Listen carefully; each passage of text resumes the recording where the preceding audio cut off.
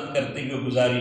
صبح تہجد پڑھی، تہجد کے بعد آپ کی آنکھ لگ گئی، تہجد کے بعد آپ کی آنکھ لگ گئی، اور ادھر آنکھ لگتی ہے فدخل السارق دارہا، ادھر ایک چور اسی جو ہے نا جی وہ موقع کی تلاش میں تھا کہ وہ سوئیں اور میں چوری کے لیے داخل ہو جاؤں. وہ چوری کرنے کے لیے ان کے گھر میں داخل ہوتا ہے.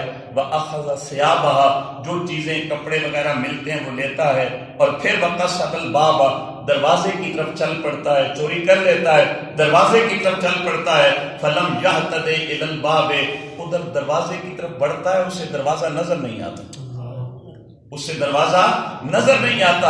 فَوَضَعَهَا، وہ جو چیزیں چوری کر چکا تھا وہ رکھ دیتا ہے. فَوَجَدَ الْبَابَ، ادھر چیزیں رکھتا ہے ادھر دروازہ نظر آ جاتا ہے، ادھر چیزیں رکھتا ہے ادھر دروازہ نظر آ جاتا ہے. فَفَعَلَ ذَلِكَ ثَلَاثَ مَرَّاتٍ، وہ ایک بار نہیں 3 بار یہ عمل کرتا ہے. فَنُودِيَ مِنْ زَاوِيَةِ الْبَيْتِ، اس سے گھر کے ایک کونے سے صدا آتی ہے، ندا آتی ہے. وہ ندا کیا ہے؟ دَعِلْكُمْ مَاشَا وَخْرُجْ، اے چور یہ سارا سامان رکھ اور یہاں سے نکل جا. فَإِن نَامَ الْحَبِيبُ فَالسُّلْطَانُ يَقْظَانُ، اگر میری محبوب بندی سو رہی ہے اس کا مالک تو جاگ رہا ہے. سبحان اللہ. اگر میری محبوب بندی سو رہی ہے اس کا مالک تو جاگ رہا ہے. تو مطلب کیا نکلا، مفہوم کیا نکلا؟ جب یہ عادت بنے گی، ہر کام کا آغاز اللہ کے نام سے کرنا ہے، بندہ آٹومیٹکلی گناہ کے کاموں سے دور ہو جائے گا، رب کی فرما برداری میں زندگی گزارے گا. اور رب کی فرما برداری میں زندگی بندے کو رب کا محبوب بنا دیتی ہے. حدیث قدسی ہے، لا یزال عبدی یتقرب الی بالنوافل حتی احببتہ، بندے کو محبوب خدا بنا دیتی ہے. اور جب وہ رب کا محبوب بن جاتا ہے پھر ساری دنیا بھی ایک طرف ہو اس کو نقصان نہیں پہنچا سکتی، کیونکہ جسے اللہ رکھے اسے کون رکھے. سبحان اللہ. تو ہم نے آج یہ پیغام لے کے جانا ہے. یہ گزارش بار بار عرض کر رہا ہوں کہ ہم نے اپنے ہر کام کا آغاز کس سے کرنا ہے؟ اللہ کے نام سے کرنا ہے، بسم اللہ الرحمن الرحیم سے کرنا ہے. امام راضی رحمت اللہ تعالیٰ علیہ فرماتے ہیں کان بعض العارفین یرا غنم، کہ اللہ کے عارفین میں سے، اللہ کے عارفوں میں سے، یعنی اللہ کے نیک لوگوں میں سے، آپ توجہ میری جانب کریں، اللہ کے نیک لوگوں میں سے ایک آدمی جو ہے وہ ریوڑ چلا رہا تھا، وہ بکریاں چلا رہا تھا. غنمن بھیڑوں کو کہتے ہیں، بھیڑیں چلا رہا تھا. اور بحضر فی قطیع غنمہ الذئاب، تو وہ بھیڑ جو وہ چلا رہا تھا کہ اتنے میں اس کا جو ریوڑ تھا اس میں بھیڑیوں نے حملہ کر دیا، بھیڑیوں اس کے اندر آ گئے. لیکن وہی اللہ تضر اغنامہ، بھیڑیے آنے کے بعد بھی اس کی بھیڑوں کو انہوں نے کوئی نقصان نہیں پہنچایا. فمر علیہ رجل، ایک آدمی کا وہاں سے گزر گیا. اور ایک روایت میں آتا ہے کہ جب وہ آدمی نماز پڑھ رہا تھا تو بھیڑیوں نے اس ریوڑ پہ حملہ کر دیا اور انہوں نے کوئی نقصان نہیں پہنچایا، بھیڑوں کو کوئی نقصان نہیں پہنچایا. اتنے میں ایک آدمی وہاں سے گزرا اور اس نے جب وہ نادا ہو اس نے ایک جملہ کہا، اس نے کہا متا استلق الذئب والغنم، کہ یہ کب سے ہوا ہے کہ بھیڑ اور بھیڑیوں نے آپس میں صلح کر لی ہے. اب امام راضی کا یہ جملہ سننے والا ہے. فقال الرائی، اس عارف نے جو جملہ کہا اس کو امام راضی نے نقل کیا. فرمایا من خینا استلق الرائی اللہ تعالی، جب سے اس چرواہے نے اللہ کے ساتھ اپنے تعلق کو بحال کیا ہے تب سے اللہ نے اس پہ یہ کرم فرما دیا ہے. تو ہم آج کے دور میں اس پروردگار کے در سے بہت دور ہیں، پریکٹیکلی بہت دور ہیں.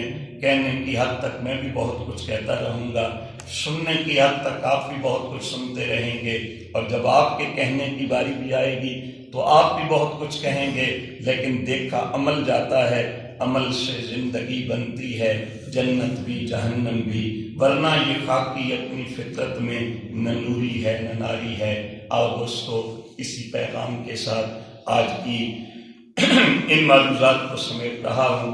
چونکہ اب بات یہاں پہ آ گئی تو میں ایک گزارش کر دیتا ہوں کہ چونکہ آج 11ویں شریف کی محفل ہے اور آپ سارے جانتے ہیں کہ حضرت غوث اعظم رضی اللہ تعالیٰ عنہ انہیں یہ مقام و مرتبہ، ہر اللہ کے نیک بندے کو اس میں داتا حضور ہوں، اس میں تاجدار گولڑا ہوں، اس میں خواجہ معین الدین چشتی بیری رحمت اللہ تعالیٰ علیہ ہوں، یہ درجہ ملا کہاں سے؟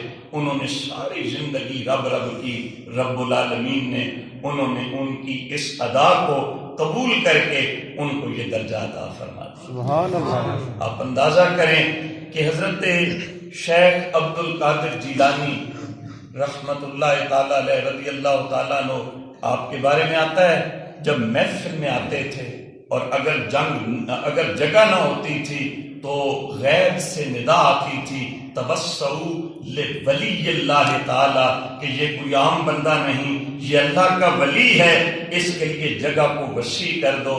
میں وہی جملہ کہوں گا، میں اور آپ اگر آج یہ بات سمجھ جائیں کہ ہماری طاقت اللہ کے ساتھ جڑنے میں ہے، اللہ کے احکامات کے ساتھ جڑنے میں ہے، اللہ کی فرما برداری میں ہے، رسول اللہ صلی اللہ علیہ وسلم کی غلامی میں ہے، یقین جانو دنیا کی کوئی طاقت ہمیں شکست نہیں دے سکتی، دنیا کی کوئی طاقت ہمیں کمزور نہیں کر سکتی۔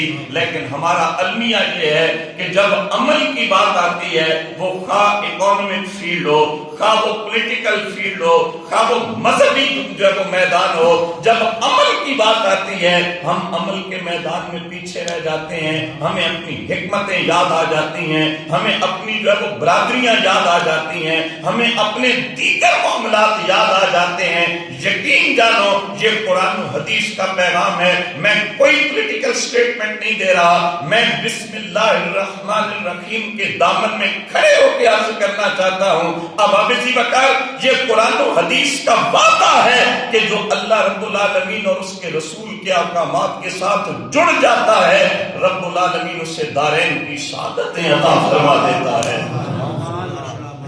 حضرت شیخ عبد القادر جیلانی رحمت اللہ تعالی علیہ کے بارے میں آتا ہے 40 راتیں اللہ کی عبادت میں جاگتے ہوئے گزارتے اور سردیوں کی راتوں میں اور اپنے مکان کی چھت پہ جا کے عبادت کرتے تھے۔ کیوں؟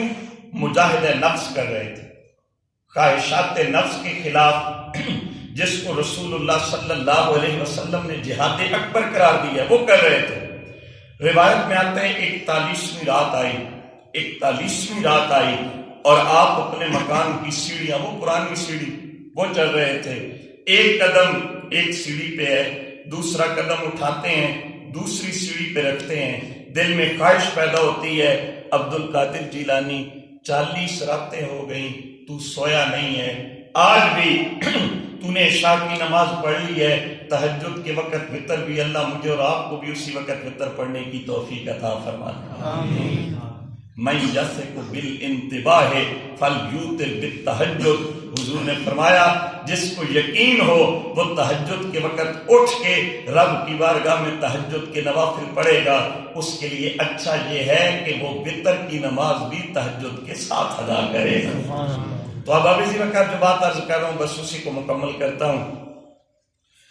حضرت شیخ عبد القادر جیلانی کے نفس میں خیال آتا ہے کہ عبد القادر 40 راتوں سے نہیں سوئے ہو، عشاء پڑھ چکے، فرض پڑھ چکے، سنتیں پڑھ چکے، اب سو جاؤ۔ تو حدیث کے مفہوم کے مطابق صبح فجر بھی جماعت سے، عشاء بھی جماعت سے، تو سونا بھی رب عبادت کا ثواب عطا کرتا ہے۔ سو جاؤ تو کوئی مذائقہ تو نہیں ہے۔ اس ایک خواہش کو ختم کرنے کے لیے حضرت عبد القادر جیلانی رحمت اللہ تعالی علیہ ادھر سیڑھی پہ کھڑے ہو کے پورا قرآن کریم تلاوت فرما دیتے ہیں۔ دعائیں میں اپنی معلومات کو سمیٹ رہا ہوں، اللہ کی بارگاہ میں دعا گو ہوں، مالک کون و مقام ہمیں عمل کی توفیق عطا فرمائے، عمل کی توفیق عطا فرمائے۔ عمل سے زندگی بنتی ہے، جنت بھی جہنم بھی، ورنہ یہ خاکی اپنی فطرت میں نہ نوری ہے نہ ناری ہے۔ وما علیہ الا البلاغ۔